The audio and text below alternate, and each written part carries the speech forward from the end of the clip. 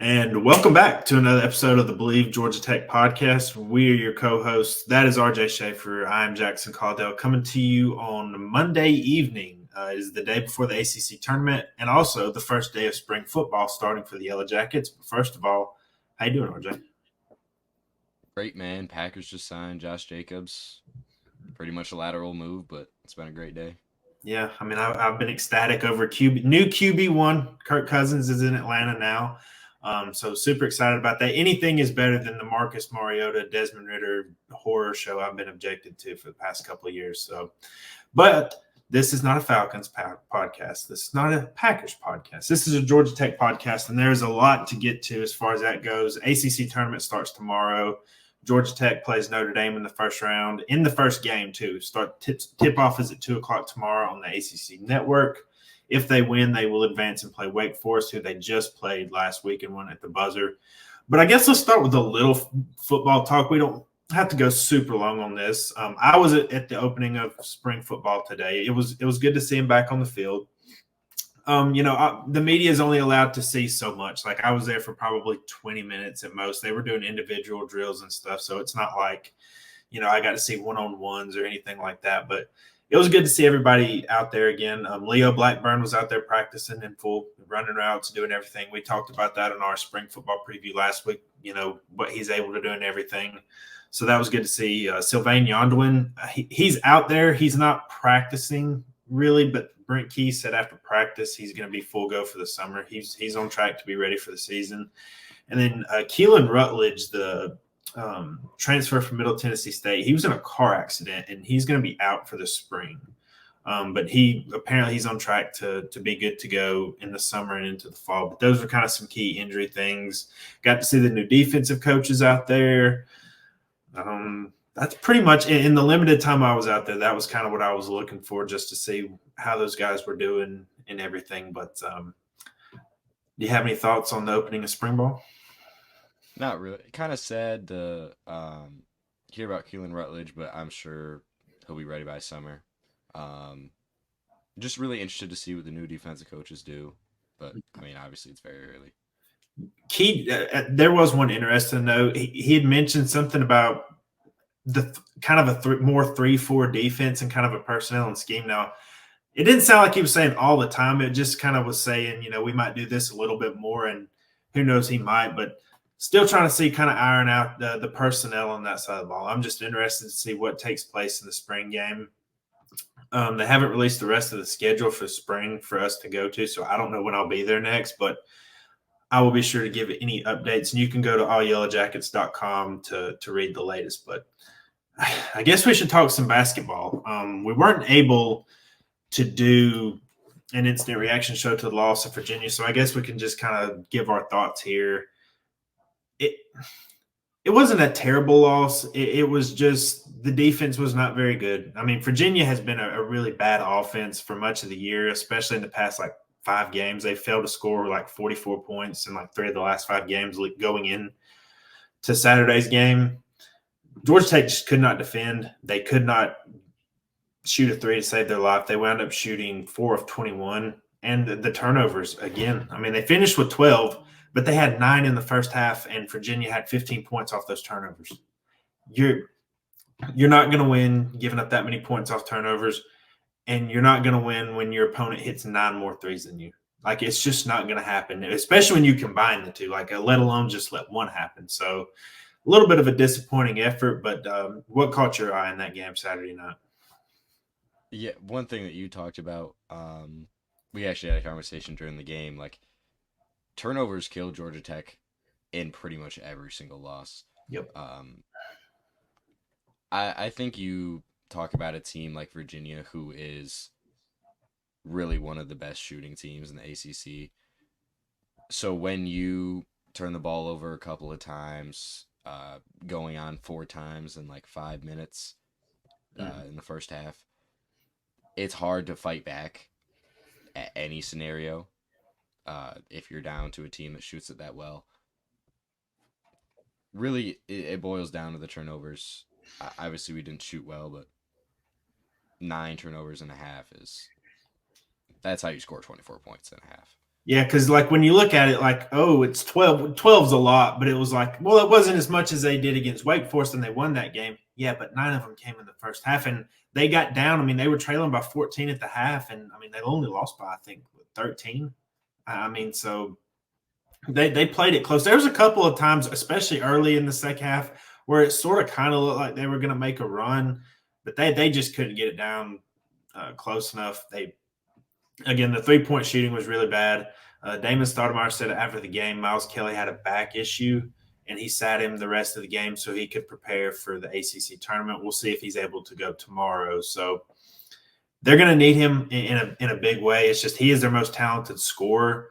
Brian Dongo, Nate George, they have other guys that can do it, but like he can do it in a probably with the most volume. Like I don't see Nate George going out there and dropping 30 points. Probably like Miles Kelly can do that. Like he's had some really big games this year. They're just really going to need him tomorrow. Any other thoughts on Virginia before we kind of transition into tomorrow? Nope. So also just some things they released. No Georgia Tech player made the all ACC teams, but Brian Dongo did make the all rookie team. Kyle Sturdivant also got some votes for sixth man of the year. So there's that. I didn't know if it would happen. Or Miles Kelly did get honorable mention. He wasn't on one of the three teams because I was going to say if you wanted to make a case for anybody, it would have been Kelly maybe being a third teamer. That was probably as far as I'd be willing to go.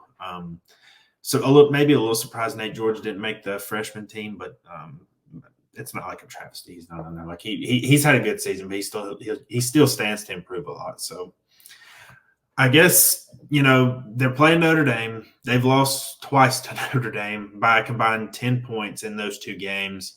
It's the first game. Look, assuming Kelly does play, I think it comes down to stopping Notre Dame's guards because that is the best part of their team. Notre Dame is not a great offense, but their guards are capable of scoring the basketball. And just the things that plague Georgia Tech in every loss, like we talk about it every time, like turnovers, poor 3-point shooting, and just poor defense overall. That's usually what gets them. So that's kind of what I'm looking for tomorrow.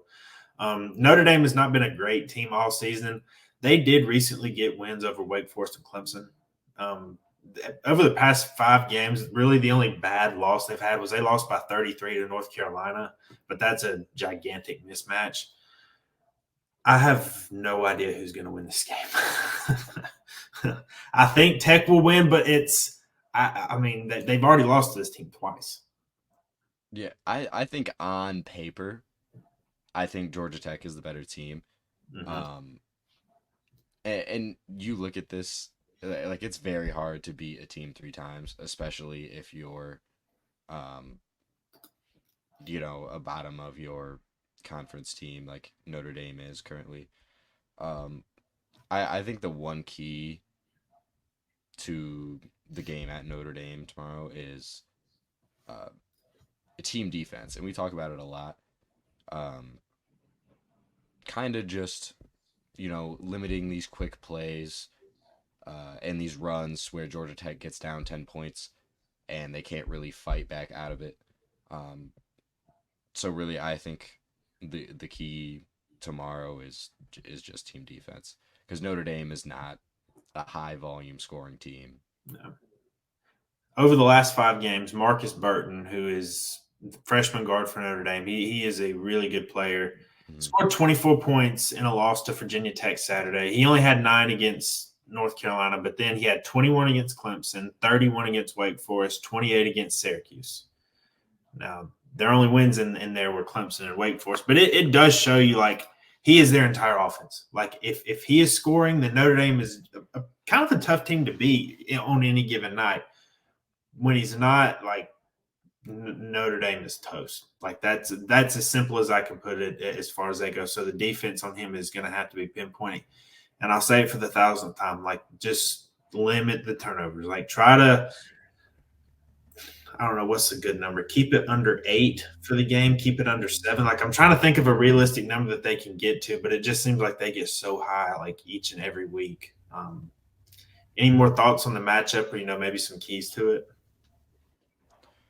Um, kind of like what you said, I think the guard play will be at its highest out of pretty much any opponent we played this year. Miles Kelly is the pristine scorer for us. Obviously, we don't know if he's going to play. I'm assuming he will. Um, but I think all of your best players on the court tomorrow are all going to be guards. Um, so I think limiting Marcus Burton as much as you can is kind of going to be the goal. Maybe limiting to him under 20 is probably a good number. If Marcus Burton has 18, 17 points, I say it's a winnable game. Yeah. And Notre Dame is not the worst defense either. They're actually second in the Yeah. ACC in points per game given up. Virginia is number one by a pretty good margin, but I think by like 7 points a game. Like Virginia's had just a crazy good defense this year.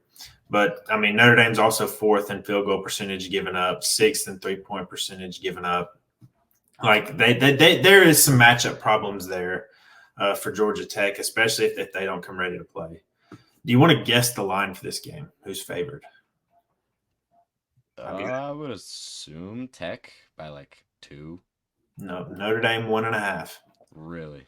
Yep. So it shows you like these two teams are really kind of even on a neutral court. I'll go ahead and put my cards on the table. I think Georgia Tech wins as long as Kelly plays. Now, it hasn't been said whether he has or he hasn't. Just the fact that Stoudemire mentioned the back issue at the end of that game, we at least got to see that he's going to. But again, I would assume he does it. If he does play and he is pretty healthy, I think they do win the game. You know, both of those games were pretty close. The game at Notre Dame ended 58-55. Tech should have won that game. I think it was on Valentine's Day, if I'm not mistaken. And then the game before it was at home, and they let that one really slip away from them. So I guess the question I want to ask you is, okay, they win that, they get Wake Forest. How many wins is possible? Because, and I think one factor you have to put in here, not just the fact that they're a 13th seed, but okay, if they do beat Notre Dame and then Wake Forest, you're going to be playing your third game on your third day. Like, that's a really hard thing to do. And Pitt has a double bye because that's who Georgia Tech will play if they were to win the first two games. And then if somehow they did get to the semifinals, in all likelihood, they'd be playing North Carolina, assuming that they don't lose to the winner of Florida State, Virginia Tech, which I don't think they will. But, you know, it's March Madness now. Like, it's anything can happen season. And then, you know, if the craziest scenario happened and they get to the championship game, they would, I think, likely play Duke or Virginia, likely Duke. So that's kind of the path just forward. If you were to play the highest seed in every round, it would be they'd have to beat Notre Dame, Wake Forest, Pitt, North Carolina, and Duke. So that'd be a pretty tough road. To me, I think the maximum number of wins realistically is 2. Anything can happen if you play Pitt. The two teams played a close game in Atlanta not long ago. So, and Pitt's a good team. They've improved a lot over the stretch of the year, but they're not unbeatable by any stretch of the imagination. But I'll also point out, if you have to play Wake Forest and Pitt, both of those teams are on the outside looking in, at least in terms of projections right now for the NCAA tournament. They really need to make a run.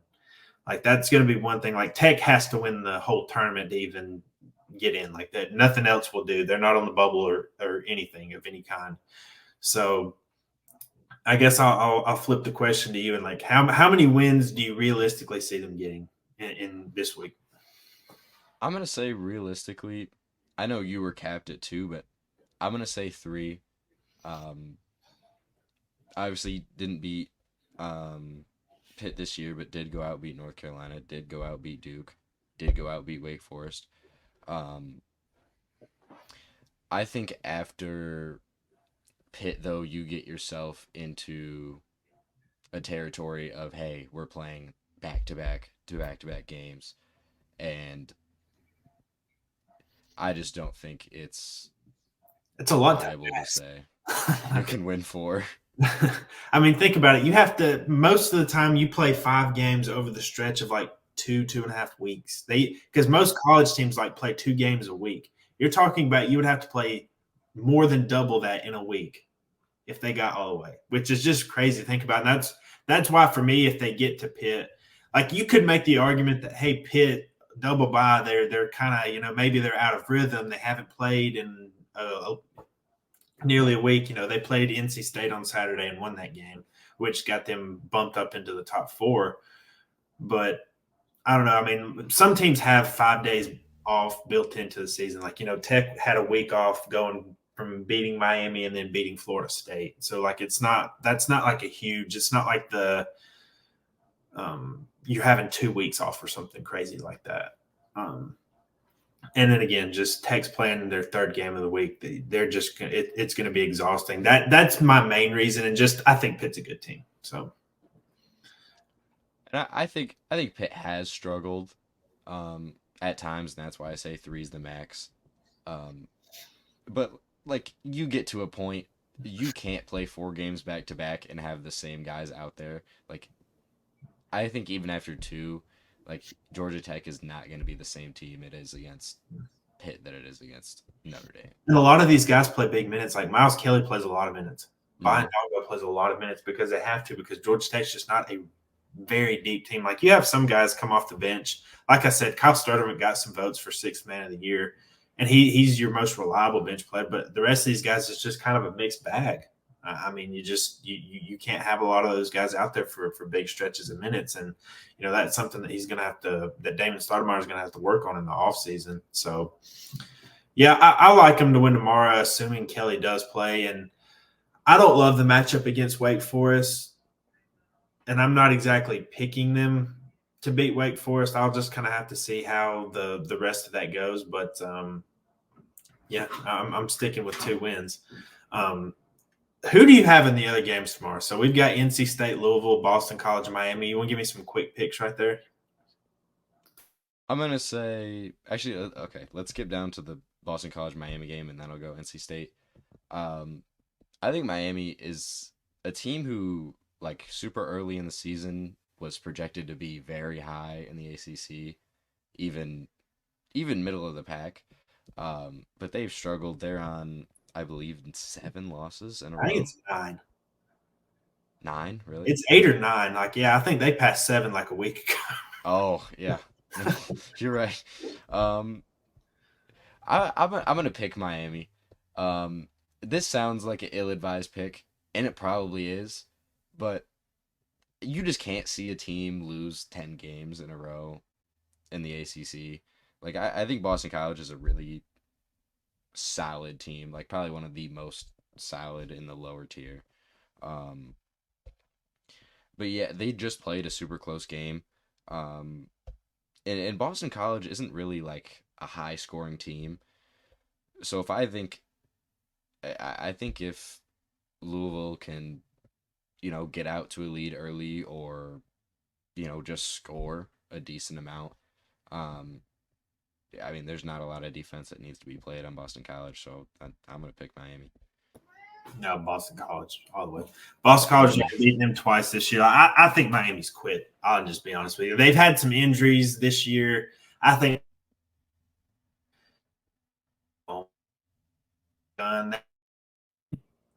maybe a top 15 team nationally coming in. I remember they played Kentucky, and that was like a top 10 matchup, and Kentucky beat the brakes off of them. And that was kind of when my first eyebrow got raised, like, well, maybe Kentucky's just good. And then Colorado beat Miami without its best player by 29 points. And then, yeah, I've just been down on Miami ever since. I think they've quit. I don't think Boston College is that good, but they beat Miami twice this year. So give me Boston College that game. I'm not even hardly going to say anything. NC State, that Louisville stinks. And yes, I know they beat Georgia Tech. That was their last win too, by the way. They've only won 3 ACC games all year. I don't see how Kenny Payne survives after this week. Again, I'm not an insider for Louisville, so we'll see what happens there. Okay, I guess let's play some hypothetical here. Wake Forest, Georgia Tech. We both picked Georgia Tech to beat Notre Dame. Who you got in a rematch? I don't want to say that I'm necessarily picking Georgia Tech to win, but I'm gonna say it's very possible, and I'm gonna have to say Georgia Tech to Wake Forest. I'm going to go with Wake Forest. I said the max they could get is 2. I think what they're going to get is 1. Look, me and you've talked about Wake Forest is just a bad matchup for Tech, especially like when you look back at the last matchup, and I'm not trying to take anything away from Georgia Tech. They played really well in the first half, but then it kind of came crashing back down to the middle. You pair that with how the first game went. Good offensive teams give Georgia Tech fits, even bad ones. Like look, Virginia has trouble scoring, and I mean they scored fairly easily on Tech. You got the worst possible game offensively from Wake Forest. They shot really poorly from 3, which they don't do often, and you still almost lost. It took a buzzer beater to win. I just think it's a bad matchup. They can win the game now. Don't get me wrong. Wake Forest is not some juggernaut, but I just think when it comes to stylistically, I just think it's a bad matchup. I guess my I'm trying to, because I don't have the bracket in front of me, because it would be Clemson versus Boston College. Give me Clemson. And then NC State versus Syracuse. Ugh, that's the mid-off right there. Give me NC State, I guess. Like, I really don't know. So second round winners for me, Wake, Clemson, NC State, and Florida State, Virginia Tech. Give me Virginia Tech. Yeah, I'm looking at pretty much the same thing, other than I have Virginia Tech, but I have Georgia Tech over Wake Forest. I also have NC State over Syracuse, and I guess I have Clemson. In that second round of the ACC tournament should be called the mid-off. Like Virginia Tech, Florida State, like that. I don't know the difference between those two teams. They're both just okay. NC State, Syracuse they're both okay. I kind of was high on NC State at the beginning of the year, and they've kind of disappointed me a little bit.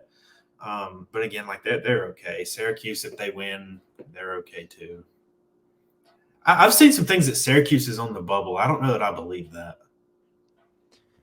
Yeah, I think the only teams that like can really make it, like if Pitt makes a run, they can make it. Wake makes a run, they can make it. Yeah, at Max, Clemson's probably a lock. Yeah, everything I see, Clemson's a lock, and they did get some good wins down the stretch. I know me and you both have kind of dogged them a little this year. I still think they're overrated, but every projection I see says they're a lock, so those guys are smarter than me. Quarterfinals matchup, give me North Carolina over Virginia Tech, big. Give me Duke over NC State, big. I think Virginia-Clemson is actually a pretty interesting game because Virginia really, really needs to win that game. I'll give it to them just out of desperation. I think if they win that game, I'm pretty sure they'd be a lock for the tournament at that point. And then Pitt versus Wake. Give me Wake Forest. Really? Yeah, I'm like Ken Palm. I just can't quit Wake Forest in the offense. I'm going to start with Pitt. I think I know I said, I know I said the peak for Georgia Tech was 3 wins. I don't think realistically it happens. I think Pitt wins. Give me UNC over Virginia Tech. Give me Duke. I don't even know who I pick. NC State. Give me Duke. And I'll go the other way. I'll say Clemson over Virginia. Okay, Final Four in the ACC tournament. You got North Carolina, Pitt, Clemson, Duke. Who you got winning? I'm gonna go. I don't know how many people would agree with me. I'm gonna go Duke. Duke over Clemson. Yeah. No, I'm saying Duke to win. Duke to win it all. Duke to win it all. I see. I was kind of because I thought Duke was playing really well, and I was kind of starting to tinker with, man, are they like a kind of a dark horse under the radar pick to win the entire enchilada here, the national championship and everything? They just kind of look not great against North Carolina, and anytime they play an upper tier opponent, they don't exactly rise to the challenge. And there's really only 2 of those teams in the ACC, in my opinion, and they played each other Saturday night, and North Carolina won. I just think North Carolina is the best team. It wouldn't surprise me if Duke won, though, because, again, it's kind of hard to beat a team 3 times, especially 2 teams that I don't think are all that, like, much different than one another. Like, North Carolina's won both matchups, but Duke played pretty well in this last one. On a neutral – I mean, if North Carolina can go into Cameron Indoor and win, they can win on a neutral floor. So I think we're headed towards a Duke North Carolina final, though. Wouldn't you agree? Unless you got Pitt. You got Pitt? No. I don't think there's anybody else you could see sneaking in there. Like, yeah, there's maybe just such Virginia. a off after those two. Like, yeah, because I mean, yeah, but the thing is, like, you remember the last time Duke played Virginia and Duke beat them by like nearly 40 points. Like, there's nothing I see from Virginia that makes me think they're going to beat Duke. I mean, beating Georgia Tech doesn't do that. Like, you don't automatically. My opinion of you doesn't change just because you get a win at home versus Georgia Tech. Yeah, and I think, well, Duke in years past has like, I wouldn't say dominated, but they've taken care of business against UNC in the ACC tournament. That's why I have Duke, but I don't think realistically you see anybody else besides UNC Duke. Yep. So congratulations to Clemson on winning the ACC tournament. So that'll do it for us. We're going to be back this week. Again, basketball. It starts tomorrow. I don't know when it ends. It could end tomorrow. You know, they could win a couple games. Maybe we're with you till the end of the week here as far as that goes. But we will definitely be back. Just our usual stuff. You know, if you're watching this on YouTube, we would love it if you could give the video a like, subscribe to the channel. We love all the support we get. Listen on podcast form. Be sure to leave us a rating. Make sure to follow us. We really appreciate that. Let us know how we're doing. Let us know how we can improve the show and everything. RJ, anything else, man?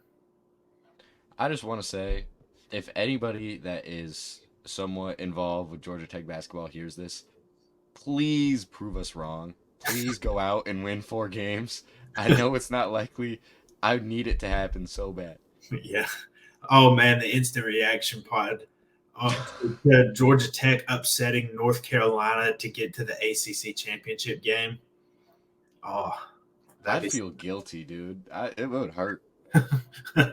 But yeah, we'll see what happens. I just don't know because this team is just so Jekyll and Hyde. Like, they were playing pretty well going into the Virginia game.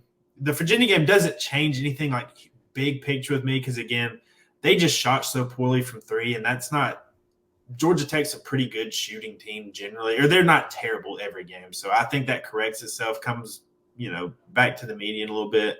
As long as Miles Kelly is good to go, I can't see him having that bad of a game as he did Saturday. So I think there's a lot of things you could point to where they could win a couple. But again, once you get 1 or 2, then it starts, can you win a 3rd game in 3 days, a 4th game? And as unlikely as it is, we'll see what happens. But that's going to do it for us here at Believe Georgia Tech.